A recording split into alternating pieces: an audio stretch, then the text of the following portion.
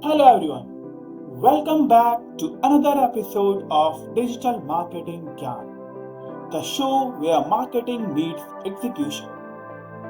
Today's episode is especially exciting for social media marketers, content creators, and brand strategists.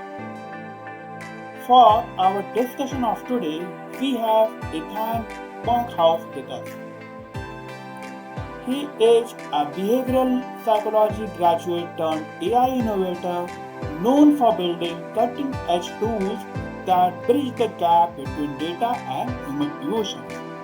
He is the founder and president of Naviro, an AI based platform helping creators and brands unlock superfans and generate revenue through audience behavior analytics. He have also been featured in the Irish Time, Silicon Republic, and the Tech Ground as one of the tech's most influential voices.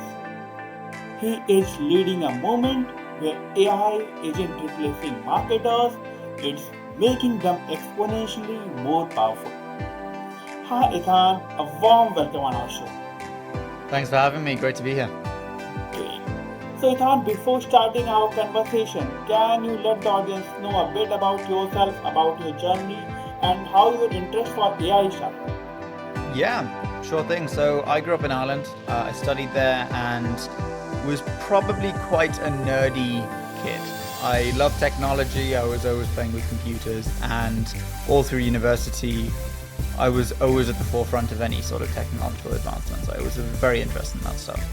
And it was only when I got into marketing for local companies in my small town that I'm from that I realized the actual scale of how important that will become in the next decade. And that's why I started marketing for these small companies, started building websites, started running ads, started creating content. And the more I did this, the more I scaled in the industry, became a KOL specifically within Ireland regarding digital marketing. It was more I realized that what I did was very restricted depending on budget. So all my services that I offered as a boutique marketing agency, we could deliver really, really good results, but at a cost. And it was quite a high retainer. So it meant that all the businesses that didn't have that financial capability couldn't benefit from that exceptional marketing. And so myself and my co-founder, when we founded Naviro, a lot of what we did was on the basis of trying to level the playing field. We wanted to peel back the curtain on what strategies worked and encapsulate it into a platform that is affordable for people, that people can actually use to grow their hobby online, their side hustle, something they are really passionate about, but also they don't have that financial capability. It's not restricted to massive global brands with hundreds of thousands in budget. These strategies that we're building out with Naviro and the tech that underpins Naviro's algorithms is the caliber that I used to deliver at the marketing agency, just accessible to literally everyone. So can you also let us know what all services do you provide at Naviro? Sorry? The services. So at the core of Naviro, we're a software, and what we do is pin ourselves as the audience growth agent for social teams. And a social team can be anything from an individual to a 50-person marketing department in a global brand. It works for both. And the idea behind it all is that we facilitate growing your audience, but growing the right audience, with the right people who resonate with you, with your content, your message, your journey, your vision. And the edge that you have is digested in a way that you want to be perceived by your audience. And that's something that's quite tricky for a lot of people to get right online. There's a big push on likes. Everyone's always trying to get likes and go viral and all that, but the people who like your content are not your most valuable followers. It's the people who are buying your product, cooking your recipe, buying your tickets. Those are the ones who are loyal, who are valuable. And you want to know how to identify them. You want to pick up on them and know how to resonate with them, how to engage with them. And that's what Naviro does as a starting point. It figures out who those people are. Okay, so Ethan, you have built AI systems that help creators and brands scale revenues. For someone managing brand strategy or content today, what's the biggest shift you are seeing in how AI is influencing the social media industry? Volume and noise. So those are the two things that are making the industry very difficult to navigate.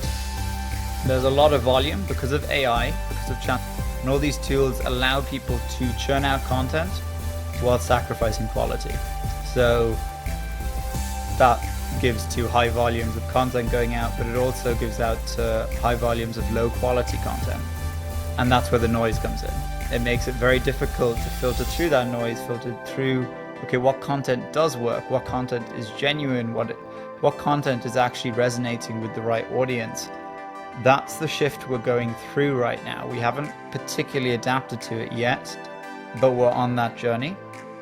I think with the content itself, I think it's going to move towards a trust-based economy, in the sense where we're already getting to that point. There's a lot of distrust with creators and influencers and things like that. And I think as we move through this phase of noise and high volume, low quality content, there's going to be more demand than ever on creators to actually establish trust with their audience. And I think that is a pillar that is sometimes forgotten about when it comes to content creation and the creator economy, because there's a screen behind the person. But it is now becoming one of the most important factors when it comes to growing that audience and growing a valuable audience. Okay, so for our audience, they just want to understand one thing is that the way anyone is using AI completely varies. So what is the major difference between first just using AI out there and the second building a system that transforms a complete brand on social media or digital platforms? So do you think are the major differences? So AI has many different facets. It can be applied to every industry quite literally, and for so many different use cases. And one of the things I found with specifically marketing and digital marketing was that AI is too generic. If you think about the ChatGPT that a lot of people use and tech like that, they are horizontal in the sense where they have a lot of knowledge about a lot of things, but they're not experts in it all. And that's where the demand for systems and what we built was underpinned by, was the demand for a vertical AI. And when I say vertical, I mean an AI that knows you. It knows how you talk, how you interact, who your audience is, what your beliefs are, your hobbies, your passions, your visions. It knows everything about you that it should know in order to push you to the top 1% when it comes to content creation. And for us, creating these vertical AIs for every customer we worked with became our mission, in the sense where we wanted everyone to have that level of expertise, but bespoke to them. And I think to answer your question about the systems, it is creating a set of AI tools and workflows that aren't just generic, aren't just ChatGPT, trained on your very specific use case and your very specific identity. Now, one question which most of the marketers generally fear, or they generally want to get a better clarity on it, is what do you think are the roles that you see that they are evolving or emerging as AI is becoming more embedded into content work? And should marketers fear this replacement, or do you think there is an opportunity for them to upskill and take a better responsibility? I think it's less of upskilling and more of adapting. I think we're going through a shift, which every industry is going through. Marketing and legal are the two industries that are going to feel it most. And it is that time where you can't just ignore the change that's happening. You've got to lean into those changes when it comes to AI and marketing and any sort of MarTech progress that's happening. And if it were me and I was, let's just say, a junior account manager, a marketing account manager within a company, I would lean into what do I do that is repeatable, in the sense where with marketing, for instance, reporting, that would be my first place I'd look if I was still in the agency space. Reporting, where's that repeated? Okay, I do the same reports for every client every month. And the reason I do that is because I want to anchor the reports. So, okay, let's start there. What can we use AI to, well, do this for me? And a lot of people don't have, especially in the marketing space, creativity and EQ are through the roof. Technical skills, they're not coders, they're not engineers. And where a lot of people fall short is they're like, I don't know how to automate it. That's where ChatGPT is very handy. You can go into ChatGPT and be like, hey, I'm a marketer. I have to build out reports for 6 different clients every month, and these are the metrics I track. How can I automate it? And it's going to give you a pretty good answer. It's going to give you some tools you can use, and it might even get you some of the way there. But one thing you'll find is that, that actually wasn't that difficult to automate. And what you've done there is it may have taken 3-4 hours to get that automated, but you now never have to worry about reporting ever again and it's not going to go wrong as well. It's going to be 100% right every single time. That's where I think people need to just frame their mind, in the sense where it's not here to take your job, but if you don't lean in, it will. That's my 2 cents. So along with that, like what we have also seen is we are using a lot of kind of AI tools for computer analysis also, to get that what our computers are doing, what should be our content strategy. So even for those also we are using, and that is where we are seeing that AI is also helping us with a lot of campaign ideas. That this is a campaign that you should be doing upon. Let's say this is the current season, or this is the current festive occasions that are coming upon. So accordingly, you can plan for them. So they are also helping in terms of planning a lot of campaigns, which in a general way, what it used to be that every team or every team member used to connect out there. They used to brainstorm for 2 to 3 hours and then take out those ideas out there. So definitely with the help of AI, a lot of kind of transformation is something definitely we are of. I think the first thing to do is understand where AI could take over your jobs. And I know it's contradictory to what I was saying earlier about AI is not here to take your jobs, but it will take it if you don't lean in to the tech that's emerging.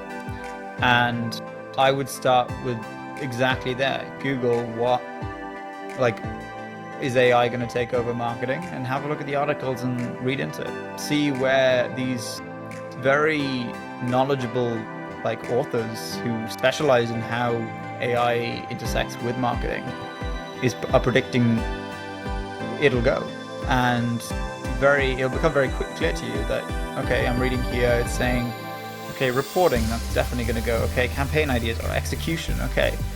And frame yourself in the mindset that this will be replaced. This will be possible. And okay, so where's the entry or the points where it needs human decision? So, well, for approval, for copy, I think copy is going to be able to be drafted, but is copy going to be able to resonate in a humane way? It's never going to be at the stage we want it, and there's always going to be different ways of marketing that. And I would be leaning into, okay, so what's the approval process like for a marketing campaign within a big department? Okay, cool, I know that, it's a good few steps. How do I automate that? It goes back to what I was saying about ChatGPT. Figure out how you can learn how to automate it, because once you automate it, you own that automation. And it makes it, it's not that AI is going to replace your job, it's that your job then becomes irreplaceable because you know how to actually manage that AI. No, definitely, definitely. If we are able to manage ourselves or manage AI out there, if we are able to take the best utilization of AI, then definitely we will be leading out there. But then if we are fearing out there that okay, AI is just producing content and I might lose my job, then definitely you will lose.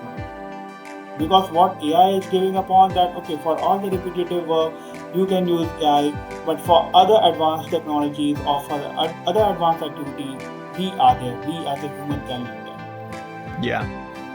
Yeah, no, it's definitely for the foreseeable future. The human decision is always going to be needed. And I think especially when it comes to creativity, because creativity in itself by definition is unpredictable. And the thing about AI is it is predictable. It boils down to a 1 and a 0. It is true randomness doesn't exist in technology. And creativity is in itself by definition random. So right now, until we figure out a technical way to do that, to create true randomness with AI, creativity and marketing won't be, the end decision won't lie with AI. Well, definitely. So, AI allows us to create highly personalized content, and that is what the beauty of AI that we all are experiencing out. Mm-hmm. But one thing is that it can also make our brand message inconsistent. So, how one can balance that? And can AI actually strengthen a brand's voice, or do you think that there's a kind of much more scope? Yeah, I think short answer, that's one of the things we embodied into the Naviro technology, in the sense where we wanted to make AI have the ability to identify with the brand, to understand its identity, what their cadence is, how they deliver messages, what their tone of voice is, and how that affects their audience in terms of conversion. So that's something we built out, and it is on the platform, so it's a big thing that clients benefit from. But to say that, okay, I think with brands specifically, the validation is going to allow you to improve it, in the sense where with the tech we have in Naviro, it is very good at mirroring a tone of voice. But what makes it amazing is the feedback to improve it. So when something comes back and it's not quite there, providing that feedback to say, yeah, that I changed that. That's what's making that model, that tone of voice, stronger, because it's getting feedback and it's iterating over it. And I think to bring it back to identity when it comes to a brand and outside the space of AI as well, the same thing happens with marketers, in the sense where you go to a brand with a proposed campaign. It's got their branding, it's got their tone of voice, but turns out they're using a photo that is only for the US market.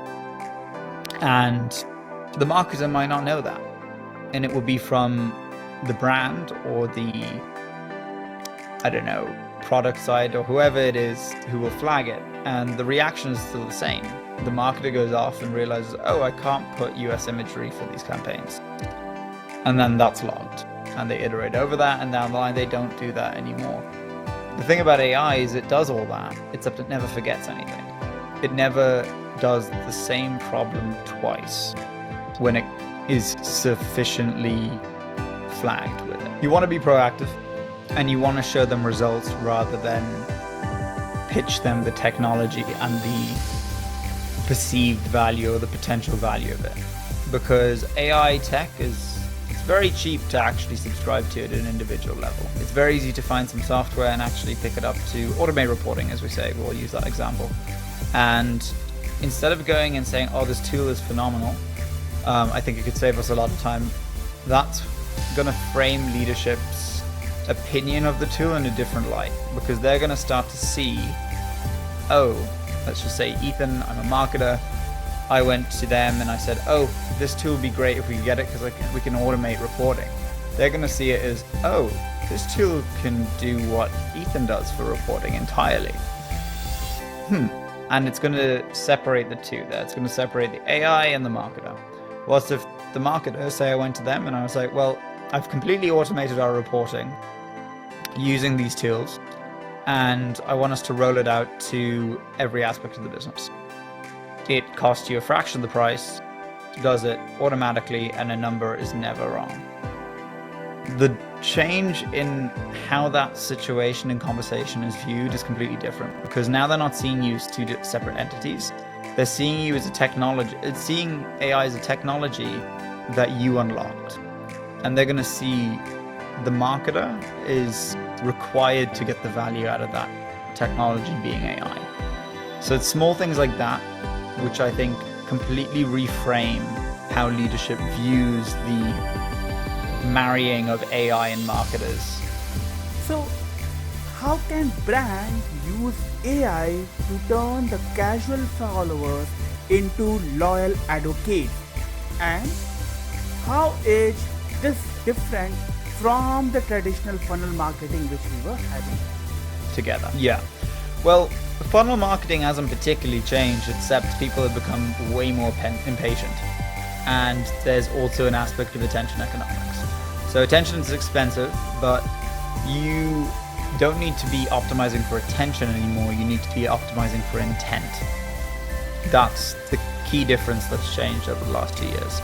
You're no longer wanting people to get hooked in by a video, watch it, and then scroll past. You want them to see a video, foster some intent to take an action, and then take that action.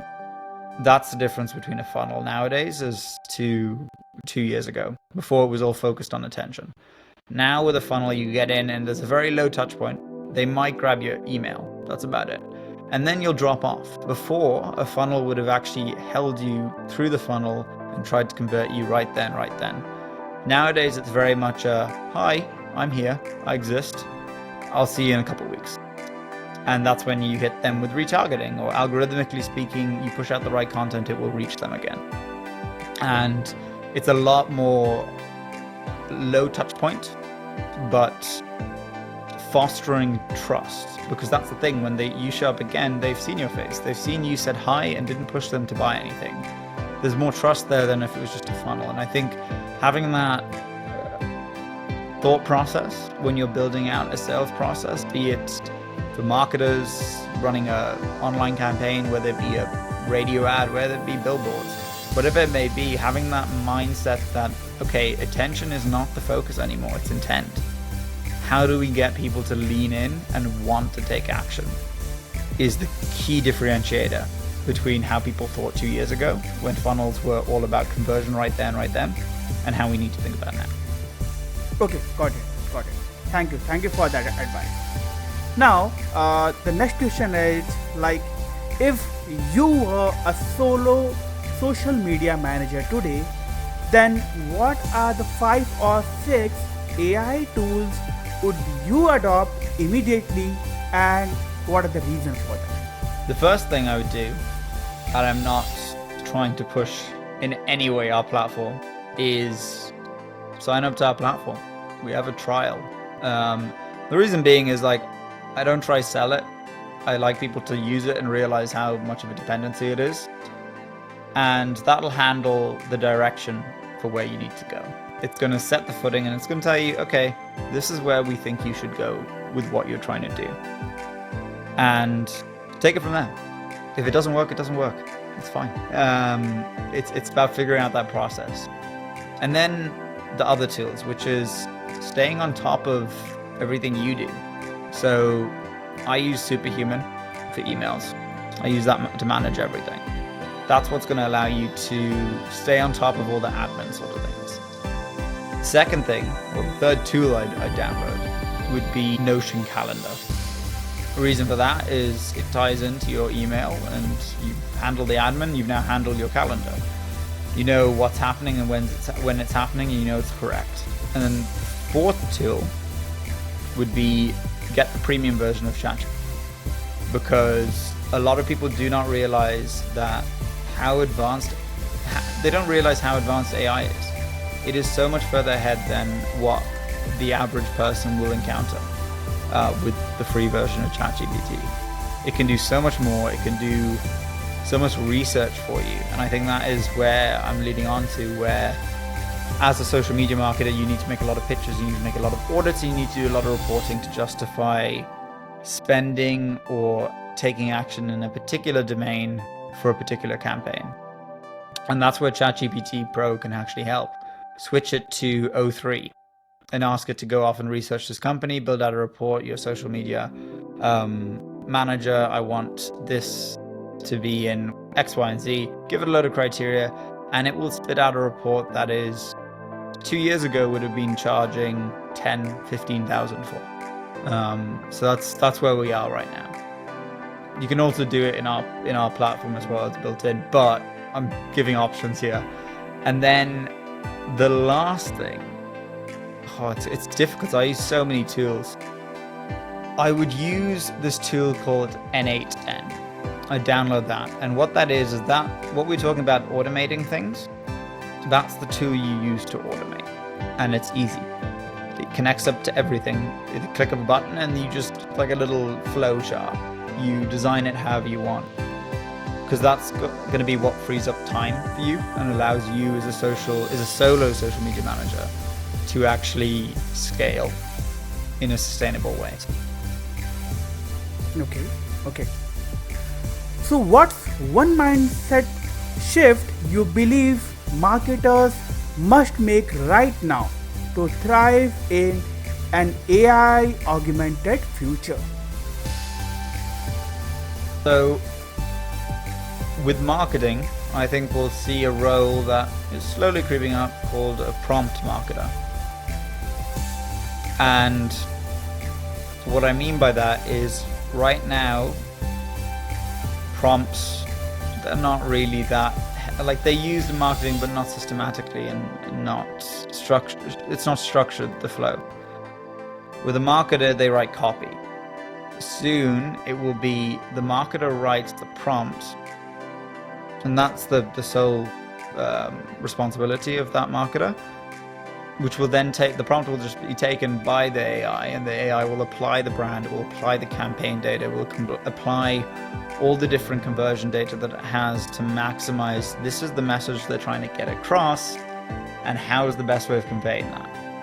And I use the term prompt marketer. I'd actually say it gets replaced by copywriter. So you have a copywriter, you're going to have a prompt writer, and they're going to be the kind of sole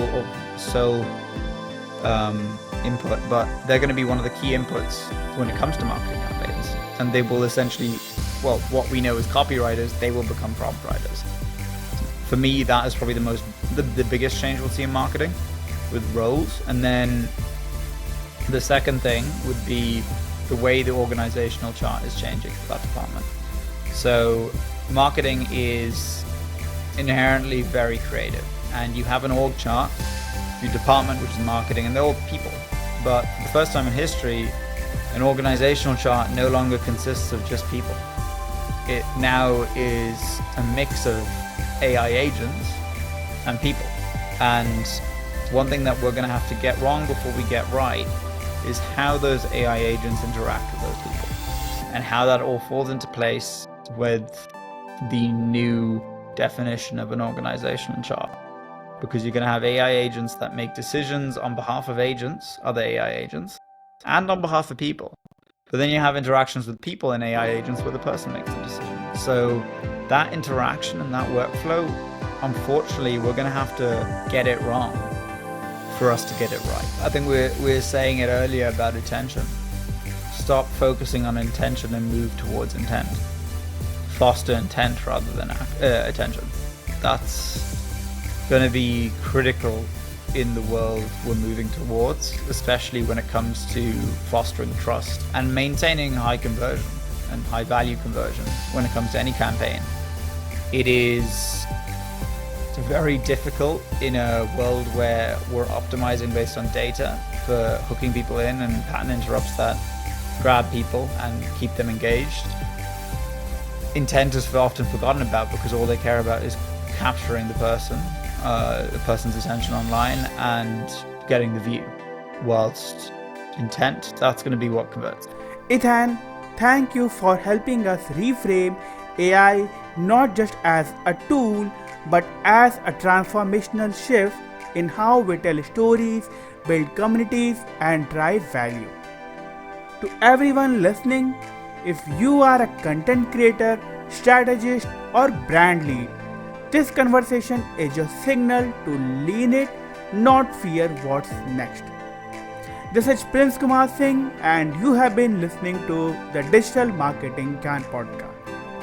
Until next time, stay curious and keep creating. That's great. Thanks so much for having me. Pleasure.